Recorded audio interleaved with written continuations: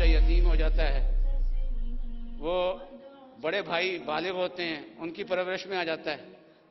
کبھی دادا کی پرورش میں آ جاتا ہے، کبھی چچا کی پرورش میں آ جاتا ہے یتیم،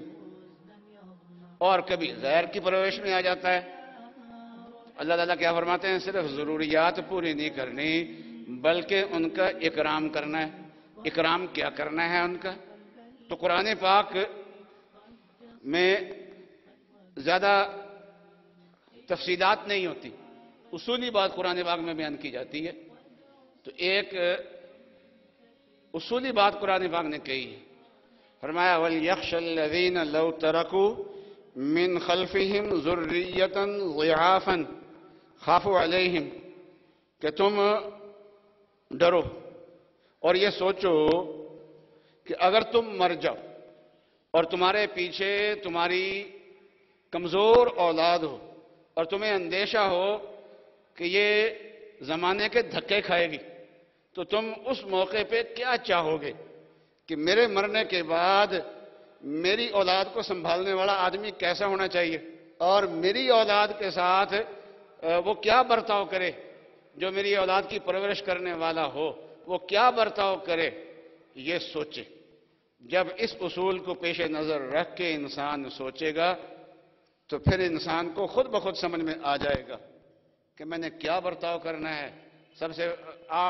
آسان سی بات یہ ہے کہ انسان اپنے بچوں کے بارے میں کیا سوچتا ہے۔ آج والد مر جاتا ہے تو کچھ اولاد اس کی بالغ ہوتی ہے، بالغ جو ہے وہ یتیم نہیں ہے، لا یتم بعد الحلم، بالغ ہونے کے بعد کوئی یتیمی نہیں۔ تو اب بڑے بھائی جو ہوتے ہیں وہ گھر کا اخراجات جو ہے وہ باپ کی میراث سے بس چلتے رہتے ہیں،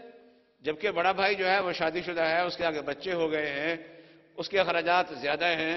اور اس کے اخراجات کم ہیں، کوئی حساب و کتاب ہی نہیں۔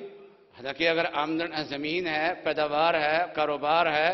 جو بھی ہے آمدن کے ذرائع ہیں اور وراثت ہے، وہ بڑے بھائی کی ذاتی ملکیت نہیں ہے، وہ وراثت میں منتقل ہوئے ہیں، تو پھر چھوٹا بھائی جو یتیم ہے اس کے مال کا حساب رکھنا چاہیے، اور گھر کے جو اخراجات ہیں، کچن کے جو اخراجات ہیں، ان اخراجات میں اس کا مال بھی اس کے حساب سے شامل کیا جا سکتا ہے۔ لیکن حساب و کتاب کی مشکل سے کیا ہے الجھن میں پڑنا نہیں چاہتے۔ یاد رکھیے حساب و کتاب کی الجھن آسان ہے اور اللہ کے عذاب کی جو پریشانی ہے وہ زیادہ مشکل ہے۔ وَمَا إِنَّ الَّذِينَ يَأْكُلُونَ أَمْوَالَ الْيَتَامَى ظُلْمًا إِنَّمَا يَأْكُلُونَ فِي بُطُونِهِمْ نَارًا، کہ جو یتیم کا مال ناحق کھا لیتے ہیں، یہ زمینوں کی آمدن آ رہی ہے،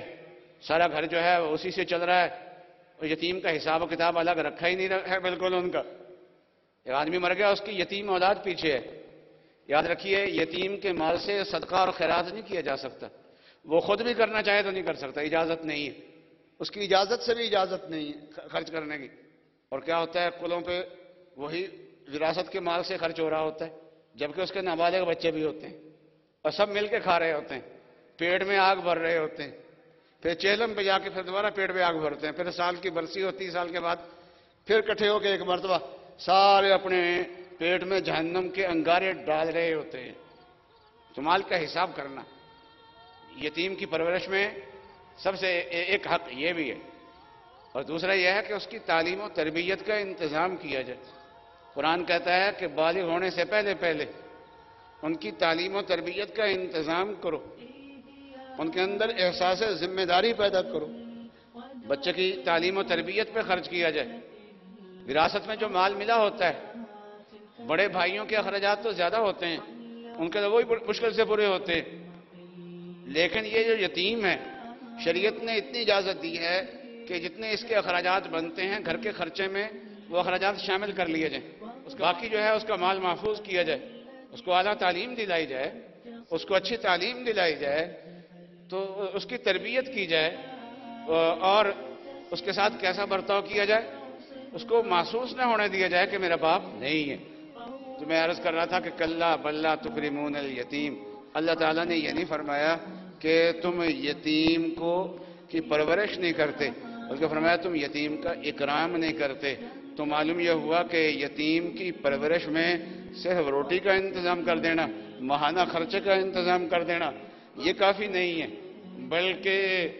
کیا ہے اعزاز کے ساتھ، اکرام کے ساتھ اس کی تربیت کرنا، احساس ذمہ داری کے ساتھ اس کی تربیت کرنا، اس کے مال کو سنبھالنا، اس کو اچھی تعلیم دے دینا، اس کے حوصلے کو بڑھانا، یہ ساری چیزیں جو ہیں یہ یتیم کی پرورش کے اندر داخل ہیں۔